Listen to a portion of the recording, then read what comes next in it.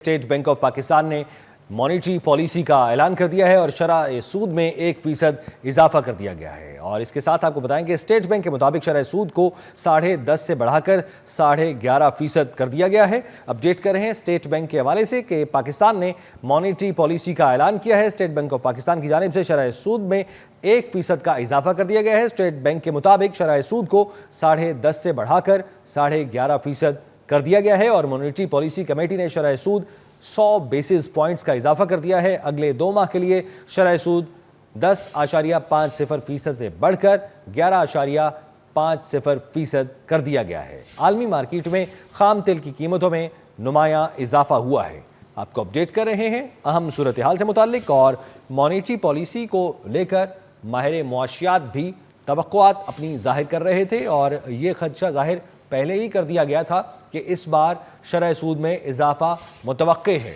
और कुछ माहिरीन की जानिब से ये भी कहा जा रहा था कि शरह सूद में हो सकता है कि ना इजाफा किया जाए और ना ही कमी की जाए और उसको कांस्टेंट रखा जाए, मगर आज बड़ा फैसला सामने आया है और स्टेट बैंक ऑफ पाकिस्तान ने मॉनेटरी पॉलिसी का ऐलान किया है। तो शरह सूद में 1% का इजाफा हुआ है। स्टेट बैंक के मुताबिक शरह सूद को 10.5% से बढ़ाकर 11.5% कर दिया गया है। आपको अपडेट कर रहे हैं स्टेट बैंक ऑफ पाकिस्तान ने मॉनेटरी पॉलिसी का आज ऐलान कर दिया है और शरह सूद में इजाफा हुआ है। मॉनेटरी पॉलिसी कमेटी ने शरह सूद में 100 बेसिस पॉइंट्स का इजाफा किया है। अगले 2 माह के लिए शरह सूद 10.50% से बढ़कर 11.50% कर दी गई है। अपने नाज़रीन को ये बताते चलें कि एक जानिब आलमी मार्केट में खाम तेल की कीमतों में नुमायां इजाफा हुआ है। इसी हवाले से director Pakistan stock exchange Ahmed Chinai साहब ने हमें ज्वाइन किया है। सर, बहुत शुक्रिया आपके वक्त के लिए। सर, फरमाइएगा, शरह सूद में 1% इजाफा होना ये किस चीज़ का इंदिया है, इसका कितना असर पड़ेगा? बिस्मिल्लाहिर्रहमानिर्रहीम। देखिए, मैं समझता हूँ कि इंतहाई गलत फैसला है इस वक्त पे, जबकि आपके फ्यूल प्राइसेस, ऑयल प्राइसेस बढ़ रही हैं, हर तरफ जो है वो इसका महंगाई का असर हो रहा है।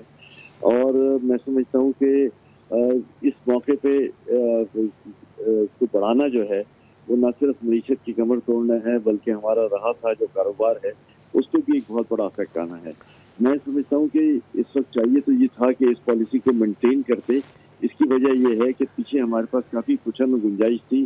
जब 5-6% हमारा इन्फ्लेशन हो गया था, उस वक्त हम इसको सिंगल डिजिट में लाने की बात कर रहे थे। तो आज अगर 2-3% इन्फ्लेशन रेट बढ़ा है तो भी हमारे पास 2-3% की गुंजाइश थी और ये बढ़ाना किसी सूरत में जस्टिफाइड नहीं है।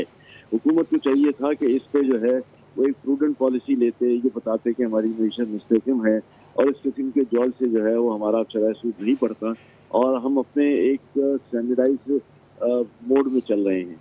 लेकिन यहाँ तो मैं समझता हूँ कि हुकूमत ने एक दिन भी सब्र नहीं किया, हुकूमत ने लोगों का ख्याल नहीं किया, हुकूमत ने मईशत की जो एक दौर थी उसमें से हमको बहुत पीछे छोड़ दिया। मैं समझता हूँ कि कारोबारी इदारे पूरी तरह इस पर इफेक्ट हो गए। सर, ये फरमाइएगा कि जिस तरह से अभी फ्यूल प्राइसेस बहुत ऊपर गए हैं और ये दुनिया भर में ऐसी हम सिचुएशन देख रहे हैं जंग की सूरत हाल के बाद, तो क्या इसके भी असरात होते हैं मॉनेटरी पॉलिसी को बदलने में? देखिए, ये सारा डिपेंड करता है कि आपके पास कितना कुशन है और आप इन्फ्लेशन को कंट्रोल करना चाहते हैं। जब इन्फ्लेशन को आप कंट्रोल करना चाह रहे थे तो आपने ऑलरेडी जो है वो आपकी सारी चीज़ें जो है वो महंगी हो गई थी फ्यूल प्राइसेस की वजह से। 60-70% फ्यूल प्राइसेस बढ़ जाए तो एक बहुत बड़ा फर्क पड़ जाता है। उस सूरत में ये कोई प्रूडेंट पॉलिसी नहीं थी, ये कोई विजडम डिसीजन नहीं था कि यहाँ पर जो है वो हम इंटरेस्ट रेट को बढ़ा देते और लोग जो हैं वो ऑलरेडी कारोबारी लोग जो हैं वो इस हैवी कॉस्ट के साथ कारोबार करने के काबिल नहीं थे। 1% इंटरेस्ट और बढ़ जाने की वजह से इनकी जो अपना एक्टिविटी है उसमें बड़ा फर्क पड़ेगा और वो प्राइस जो लाना चाहते हैं कि बाहर से उनको वो प्राइसेस मिले एक्सपोर्ट्स में भी और लोकल में, वो नहीं मिलेगी। तो मैं समझता हूँ कि रही सही इंडस्ट्री को जो है वो फैसिलिटेट करने के बजाय ये तबाह करने की बात है और उसको फैसिलिटेशन के लिए तो इंटरेस्ट रेट भी कम किया जाता है, लोगों को इंसेंटिव दिए जाते, हमारे बैरूनी और अंदरूनी सरकार की अदायगी भी मुश्किल हो जाएगी और उनकी इंटरेस्ट की पेमेंट भी अब मुश्किल हो जाएगी कि 1% फ्लैट रेट अभी बढ़ गया है। तो यानी अब इंडस्ट्री के लिए हमारी अब मुश्किल वक्त ज़्यादा शुरू हो गया है।